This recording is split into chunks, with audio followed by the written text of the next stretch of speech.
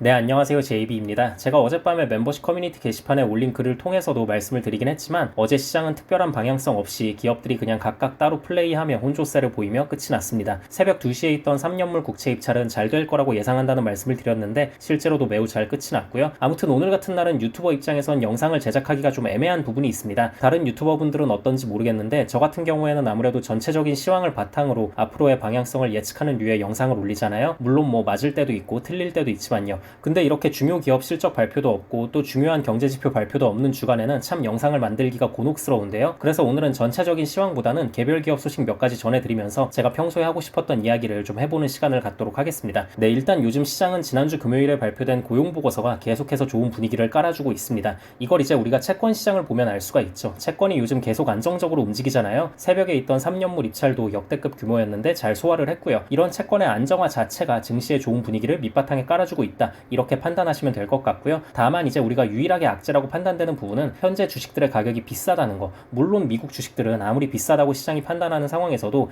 더 오르네? 에이 설마 계속 올라? 또 올라? 하면서 계속 오르는 경향이 있어서 미국 주식은 싸냐 비싸냐를 논하는 게 큰 의미가 없을 수 있는데요. 아무튼 지금 상황은 굳이 선택을 하라면 비싼 상황이 맞긴 합니다. 그래서 엔비디아도 어제는 골드만삭스에서 목표가 상향 보고서가 나왔음에도 불구하고 좀 하락을 했죠. 물론 여기에는 월가의 전설인 드리켄 밀러가 CNBC에서 엔비디아를 모두 수익 실현했다고 인터뷰한 부분도 영향을 미쳤을 수 있고요. 근데 드리켄 밀러의 인터뷰 내용을 보면 엔비디아에 새로운 악재가 등장할 것 같아서 지금 팔았다기보다는 그냥 워낙 많이 올랐으니까 또 이분이 2022년 말에 엔비디아 주가가 굉장히 저점이던 시절에 대량 매수했거든요. 그러니까 뭐 이미 수익률이 어마어마했고요. 뭐 한 150달러에 샀던 게 900달러가 넘었으니까 이쯤 되면 수익 실현을 하는 게 맞긴 하죠. 네, 아무튼 결국 너무 많이 올라서 팔았다. 이렇게 보시면 될 것 같습니다. 그리고 또 테슬라도 하락을 했습니다. 4월 중국 내 판매량이 전년 동기 대비 18% 감소한 수치가 나온 게 가장 큰 영향을 끼쳤고요. 또 기가 베를린 공장에서 환경보호 단체들의 시위 때문에 생산에 영향을 받은 부분 역시 영향을 끼쳤습니다. 근데 중국 내 판매량 감소에 대해 한 가지 말씀을 좀 드리자면요. 테슬라가 중국 내에서의 판매량은 많이 줄었지만 중국을 제외한 다른 나라에서의 판매량은 큰 폭으로 오르고 있거든요. 그래서 아무튼 중국에서의 부진을 다른 곳에서 잘 커버하고 있다고 보시면 좋을 것 같습니다. 그리고 루시드는 안 좋은 실적을 내며 14%가 넘는 매우 큰 폭락을 했고요. 장후에 실적 발표를 한 리비안도 6% 가까이 폭락하고 있습니다.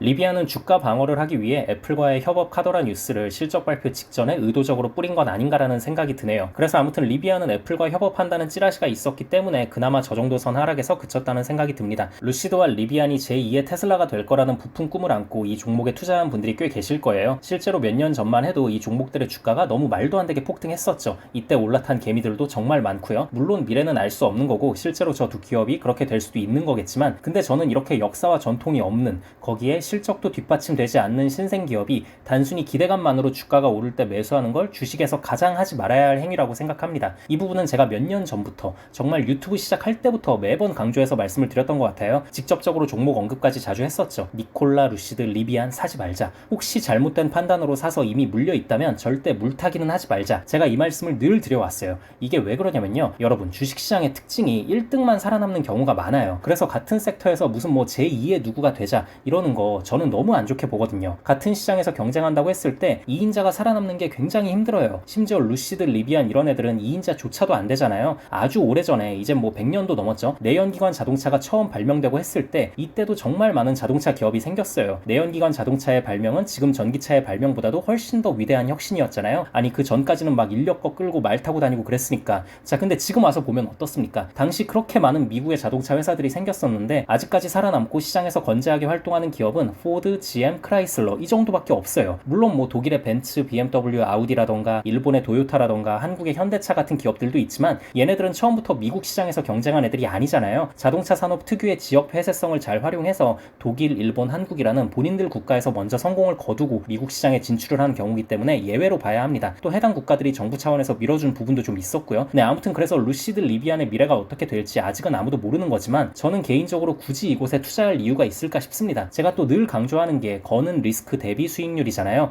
근데 루시드와 리비안은 걸어야 할 리스크는 매우 큰데 과연 얘네가 시장에서 꾸역꾸역 살아남는다고 한들 엄청난 보상으로 돌아올까? 차라리 지금이라도 테슬라에 투자하는 리스크를 짊어지는 게 보상도 더 크지 않을까라는 생각이 많이 들어요. 이건 그냥 제 개인적인 생각이니까 참고하실 분들은 참고하시면 될 것 같습니다. 그리고 구글과 마이크로소프트 소식도 전해드리겠습니다. 어제 구글은 상승했지만 마소는 하락을 했어요. 이건 왜 그랬냐면요. 최근 마소의 클라우드가 계속 해킹 이슈가 있어요. 그래서 미국 국무부에서도 마소가 굉장히 중요한 클라우드 파트너인 건 맞지만 최근 최근 계속 벌어지는 해킹 사건들에 대해 뭔가 대책을 좀 세울 필요가 있다. 이런 식으로 불편한 감정을 드러낸 거예요. 그래서 마소가 어제 좀 하락을 했고요. 반대로 구글은 보안 관련 이슈가 없죠. 안 그래도 보안 이슈가 없어서 마소와는 대비되는 상황이었는데 여기에 또 팔로알토 그리고 Zscaler와 협력을 강화한다는 소식까지 전해지면서 주가가 좋게 상승할 수 있었습니다. 네, 그럼 오늘 영상은 여기까지 하도록 하고요. 저는 또 뭔가를 매수하거나 매도하게 되면 실시간 멤버십 커뮤니티 게시판을 통해 바로 말씀드리도록 할 테니까요. 저의 매수 매도를 참고하고 싶은 멤버십 회원분들은 커뮤니티 게시판을 잘 확인해 주시면 좋을 것 같습니다.